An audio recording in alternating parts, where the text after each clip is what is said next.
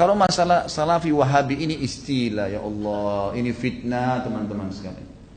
Ini fitnah. Dari mana istilah wahabi ini, dari mana istilah salafi ini? Ini fitnah. Setiap sebagian teman-teman kita yang berpegang pada sunnah Nabi SAW sering mengatakan kita kembali kepada pemahaman salaf. Pemahaman salaf maksudnya sahabat. Salaf itu orang terdahulu. Dikatakan pesantren salafiyah, pesantren yang dulu, tradisional gitu kan. Jadi itu pemahaman kembali kepada salaful ummah. Hanya itu. Begitu dikatakan kembali kepada salaf, sahabat, oh ini kelompok salafi namanya. Nisbatkan. Dari mana ini penisbatan ini gitu kan? Kemudian wahabi. Apa wahabi ini? Dari mana istilah ini? Ini keluar dari mulut orang-orang yang tidak bertanggung jawab. Kalau kita lihat cirinya orang wahabi, yang dianggap wahabi orangnya berjenggot, jalankan sunnah Nabi. Kalau sholat ke masjid, istrinya pakai tutup aurat.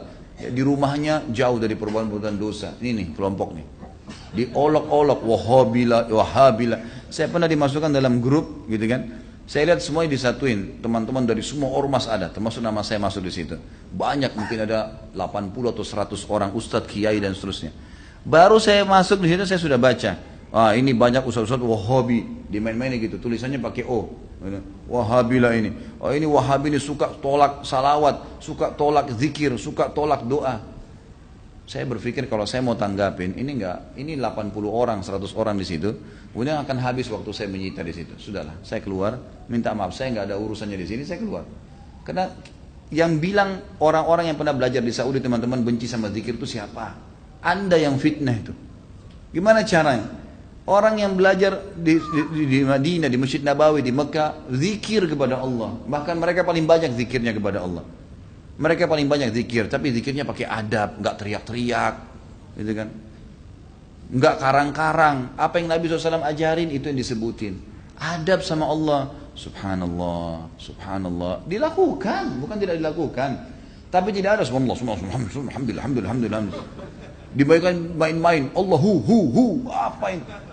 Ini apa ini? Ini kalau zaman Umar sudah diketuk semua kepalanya nih. Ngarang-ngarang gitu kan. Oh ini benci sama doa. Siapa yang bilang benci doa teman-teman sekalian? Antum gak dengar tuh bagaimana Syekh Sudes berdoa sampai hampir 1 jam kalau sholat kunut. Itu yang dikatakan tuh, itu pentolannya wahabi katanya. Baik berdoa kunut 1 jam sampai orang semua pada menangis seluruh dunia, antum bilang itu wahabi. Ini subhanallah ini. Benci doa itu namanya ajib. Sesuatu yang aneh gitu. Bagi saya tuduhan-tuduhan yang tidak beralasan sama sekali. Gak beralasan nih. Yang penting dari Saudi wahabi gitu kan. Saya sampai waktu mau berangkat ke Saudi, awal saya mau belajar tahun 90, teman-teman ayah saya sempat titip pesan dari kota Makassar, Khalid, nanti kamu ke Saudi, ambil ilmunya tapi jangan jadi wahabi. Baik, saya berangkat 6 bulan pertama teman-teman sekalian, semua guru yang masuk saya ketakutan lihat. Ini wahabi nih. Apa ini wahabi nih? Mau yang menakutkan ini. Kena wanti-wanti begitu. Lama-lama setelah guru masuk, setiap guru masuk di Madinah, wallahi saya bersumpah atas nama Allah teman-teman sekalian, tidak pernah ada sebutan nama wahabi. Saya tidak pernah dengar kata-kata wahabi dari mulut mereka. Wallah, yang ada cuman qala Allah, qala Rasul. Allah berfirman, Rasulullah bersabda. Wallahi, saya sumpah di sini, di masjid ini memang begitu ajarannya. Begitu ajarannya, qala Allah, qala Rasul. Qala Allah, qala Rasul, selalu. Atau diikuti dengan penjelasan Ibnu Abbas, sahabat, Ibnu Umar, sahabat. Nih pemahamannya mereka. Ini pemahamannya sahabat tentang ayat ini, tentang hadis ini. Itu yang kita pelajarin. Dan kalau ada masalah fikih didatangkan 4 mazhab semua. Imam Syafi'i bilang begini, ini dalilnya. Imam Ahmad bilang begini, ini dalilnya. Imam Malik bilang begini, Abu Hanifah begini, dalilnya. Jelas, semuanya begitu. Setelah 6 bulan saya berpikir, kok saya harus takut dengan orang-orang seperti ini? Ilmu semua disampaikan, gitu kan? Ilmu semua. Dan bagaimana mempertemukan antara ambil ilmunya, jangan jadi wahabi. Bagaimana memahami? Saya nggak nyambung gitu. Gimana caranya? Gitu. Teman-teman sekalian, saya kasih jawaban secara akal sehat. Rasulullah SAW lahir di mana? Di Mekah. Ya, 13 tahun fase turunnya ayat-ayat Makkiyah di mana? Di Mekah. Baik, setelah itu Nabi SAW hijrah ke Madinah.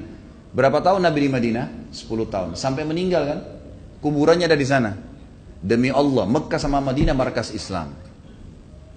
Ada orang mengatakan itu markas Wahabi, markas ini tempat Nabimu lahir dan mati. Kok gimana sih? Lalu dikatakan itu ajaran yang tidak benar, yang sesat. Padahal kalau kita duduk di majelisnya ulama, Ini Rasulullah bersabda, ayat Al-Quran dalam surah ini. Selalu itu, silakan saya tantang siapapun teman-teman sekalian. Bukan tantang. Saya ajak anda kalau lagi umroh, yang mengatakan Wahabi, tolong anda datang ke Masjid Nabawi, Masjid Haram Mekah, duduk di majelisnya salah satu ulama situ. Coba dengarin apa yang mereka bilang. Coba jangan, atau mau bertanya silakan. Pasti mereka jawab, hukumnya kalau Allah berfirman surah ini. Rasulullah bersabda begini. Itu isinya. Itulah yang mereka bilang Wahabi. Ini kemurnian agama teman-teman sekalian. Dan kalau anda tidak pertahankan kemudian agama, lalu siapa yang mau pertahankan? Ini aneh sekali gitu. Ini luar biasa, sebenarnya harus diluruskan. Mudah-mudahan Allah berikan hidayah ya. Banyak orang Islam yang tidak faham, ya, dia kukunya masih panjang, sholatnya masih Senin Kamis, ikut-ikutan Wahabi juga. Bukannya belajar, bukannya nanya, malah ikut-ikutan. Ini fitnah di tengah-tengah kaum muslimin. Kata Nabi SAW, Yahudi terpecah 71 golongan, Nasrani 72, umatku 73, semuanya di neraka. Mampir neraka dulu, nanti masuk surga iya. Kecuali satu, nggak pakai lewat neraka masuk surga. Kata para sahabat sudah tanya, siapa itu ya Rasulullah? Apa kata Nabi? Yang berpegang pada sunnahku dan sahabatku. Nah ini yang selalu ditunjuk Salafi, Wahabi ini yang selalu berkata Rasulullah bersahabat. Ini orang yang berpegang pada kemudian Islam. Teman-teman sekalian, berhenti dalam masalah istilah-istilah seperti ini. Ini bahaya, memperpecah umat dan macam-macam. Saya lihat beberapa di cuplikan YouTube saya, ada kata-kata di bawah. Oh ini pentulannya Wahabi nih. Ini mungkin ISIS nih. Nah ini mungkin ini nih. Ini mungkin ini nih. Padahal orang itu tidak kenal saya. Bagaimana pertanggungjawaban dia hari kiamat di depan Allah? Coba nuduh saya. Bisa ketemu sama saya minta maaf nggak? Kalau nggak ketemu, gimana coba? Saya bisa maafin, tapi dalam hukum Islam, kalau seseorang memfitnah saudaranya Muslim, menuduh sesuatu yang dia tidak punya ilmu, kan itu.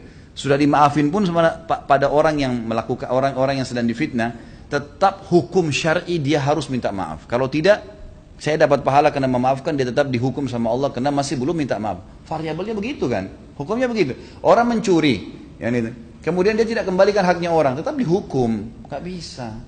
Maka teman-teman berhenti dari fitnah ini. Kita ikut-ikutan. Ini dikatakan teroris. Oh, kita juga ikut-ikutan teroris semua. Ini garis keras. Ini kita katakan garis keras. Belajar. Kita punya mata bisa melihat, telinga bisa mendengar, hati bisa berpikir, bisa merenungi. Dengar dong dulu, gitu kan? Apa yang disampaikan? Kalau disampaikan benar, terima. Kan itu. Teman-teman yang dituduh dengan istilah ini hanya betul-betul kembali kepada kemurnian Al-Quran dan Sunnah. Itu. Coba hadiri pengajiannya pasti selalu kalau Allah, kalau Rasul. Kalau Allah, kalau Rasul. Ini ajaran Islam teman-teman. Gak pernah ada perkataan kata kiai saya, kata guru saya, kata gini, kata gitu. Gak pernah. Anda boleh ikuti ceramah saya. Kalau saya pernah katakan ini kata si fulan, ini sudah jauh. Kalau Allah, kalau Rasul. Ada tanggapan ulama yang merincikan mungkin atau menyampaikan. Itu mungkin. Ini Allahu a'lam. Mudah-mudahan Allah perbaikin keadaan. Kalau masalah salafi itu diambil istilah sebenarnya. Teman-teman kita yang berdakwah sekarang di Indonesia ini berfaham sunnah. Termasuk mungkin pengajian kita ini seringkali dikatakan pengajian salafi, pengajian Wahabi. Karena setiap kali dalam pengajian-pengajian ini kita selalu mengatakan salaf ummah. Ada orang-orang terdahulu sebelum kita dari kaum salaf ummah. Salaf ini yang telah mendahului. Itu yang dimaksud sahabat dan tabi'in. Itu yang dimaksud dengan kaum salaf. Ya, kaum salaf. Salaful ummah telah berkata seperti ini para sahabat dan tabi'in. Nah, karena sering mengucapkan ada istilah salaf dikatakan kelompok salafi. Padahal sebenarnya tidak ada kelompok ini gitu. Ini cuma istilah sebenarnya diistilahkan gitu kan. Karena ada keluar kalimat itu. Kalau Wahabi ini sebenarnya dulu pernah ada pemahaman keliru ya di Maroko, berfaham diistilahkan Wahabi. Itu di zaman mungkin masih sudah lama, mungkin zaman Abbasiyah. Kemudian dihancurkan oleh Khilafah Abbasiyah dan pemimpinnya sudah dibunuh, dihukum mati, udah habis gitu kan. Nah, pemahaman ini memang pemahaman yang tidak benar awalnya. Kemudian setelah pemahaman Syiah banyak diperbaikin, diluruskan di Jazirah Arab ya.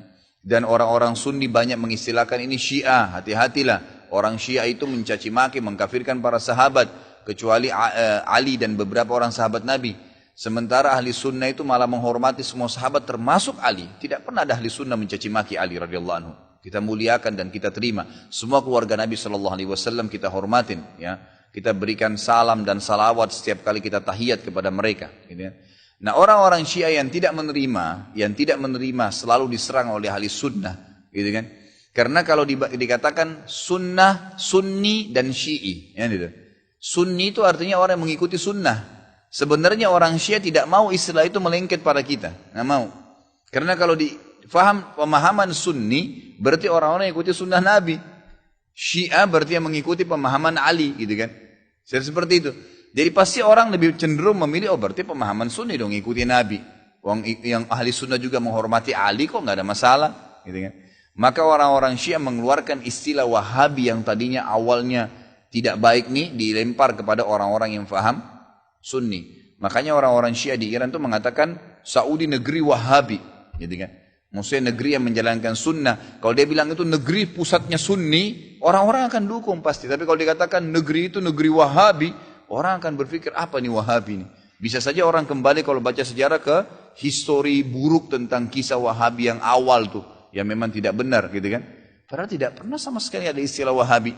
Saya tinggal di Saudi waktu saya mau berangkat pertama, subhanallah, tahun 90, sekolah di Madinah.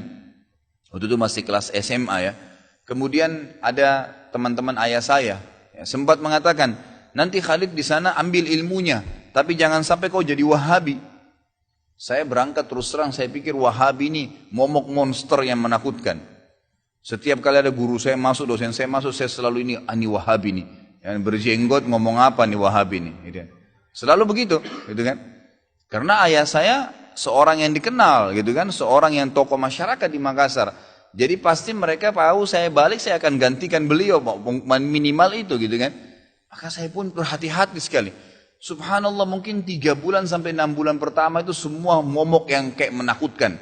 Tapi setelah saya muhasabah diri saya, enggak pernah orang-orang ini, enggak ada omongan kasar. Dan selalu yang keluar dari mulut mereka, qala Allah, qala Rasul. Allah berfirman, Rasulullah bersabda. Kalaupun dikuatkan, sahabat Abdullah bin Umar berkata, Abdullah bin Abbas berkata, selalu begitu. Enggak pernah ada, ini pendapat saya, oh ini pendapat Wahabi, enggak ada. Kalau orang Syiah selalu, kelompok Syiah, selalu digembar-gemborkan Syiah. Kita enggak pernah, enggak ada begitu. Lalu saya bilang, ini pemahaman yang salah. Kira-kira bagaimana caranya saya ambil ilmunya, saya enggak jadi Wahabi, ini bagaimana modelnya? Enggak bakal nyambung kalau emang ini dikatakan Wahabi, berarti pemahaman ini benar selalu kalau Allah, kalau Rasul. Dari mana nih? Lama-kelamaan saya sampai S1 baru saya paham, oh ini istilah yang digunakan oleh orang-orang Syiah untuk menjauhkan orang bahkan dari pemahaman Sunni yang benar. Siapa kelompok ISIS, Syiah dan Wahabi? Apa fadilah bagi orang yang mati syahid? ISIS tentu kelompok yang mereka membentuk kesatuan. Jadi memfokus untuk mendirikan khilafah di Syria dan Baghdad di Irak. Jadi ISIS itu Syria dan Irak, gitu kan, untuk mendirikan negara di sana dengan cara-cara yang mereka lakukan. Sampai sekarang yang saya temukan adalah para ulama menegur perilaku-perilaku mereka dari cara-cara untuk membunuh semua orang yang tidak faham, gitu kan. Kemudian banyaknya hal-hal yang sekarang ini terbuka. Ada banyak tulisan-tulisan sekarang, artikel dalam bahasa Arab, foto-foto yang ditemukan. Jadi pimpinan-pimpinan mereka ini bersatu satu sama yang lain. Jadi seakan-akan sengaja dibentuk untuk meributkan umat Islam ini, gitu kan? Itu yang lahir. Sekarang ini kayak ribut sekali antara ISIS sama Syiah. Dua-duanya punya pemahaman-pemahaman yang perlu diluruskan. Ya. Dan jelas pemahaman mereka dibongkar oleh para ulama dan disampaikan. Jadi memang sebaiknya dijauhi. Dua-duanya ini dijauhi. Kalau masalah Wahabi itu istilah yang digunakan oleh orang-orang Syiah untuk meredam dan membuat kaum muslimin tidak menyukai orang-orang yang mengikuti sunnah Nabi. Karena yang dikatakan Wahabi itu orang yang malah sibuk dengan mengikuti sunnah Nabi. Dan yang paling banyak membongkar kedok orang-orang Syiah adalah ulama-ulama di Saudi. Dan kita tahu sendiri, kita nggak bisa bohongin, tidak bisa dibantah fakta sejarah. Nabi SAW lahir di Mekah, 13 tahun di Mekah. Dan dakwah sempurna agama Islam di Madinah. Di mana-mana orang tahu sumber sesuatu itu adalah tempat mengambilnya, gitu kan? Jadi ilmu Islam itu tidak akan pernah berubah. Madinah dan Mekah kan menjadi basis. Nah ulama-ulama sana itu sampai sekarang masih mempertahankan tradisi, mempertahankan sunnah Nabi dari zaman sahabat tabi'in sampai sekarang. Masih mereka punya halaqah di Masjid Nabawi, menyampaikan hadis-hadis Nabi, meluruskan kesalahan-kesalahan. Dan yang paling banyak membawakan kedok Syiah, ya, dan ini juga kelompok ISIS ini adalah ulama-ulama di Saudi, maka mereka disorotin. Nah, disorotinnya supaya jangan cuman ini saja yang dibongkar kedoknya, mereka juga menakut-nakuti umat Islam ini ada Wahabi nih. Wahabi itu apa? Orang-orang garis keras, fundamentalis lah, teroris lah, dan segala macam istilah, gitu kan. Kalau saya sih nggak usah terpengaruh dengan itu ya. Kalau saya yang penting kita menjalankan sunnah Nabi, Allah subhanahu wa ta'ala sudah mengatakan dalam surah Saf, Allah akan memperlihatkan agamanya, walaupun orang kafir, orang musyrik nolak, kita tetap komit menjalankan, sudah selesai. A'udzu billahi minasy syaithanir rajim. Bismillahirrahmanirrahim.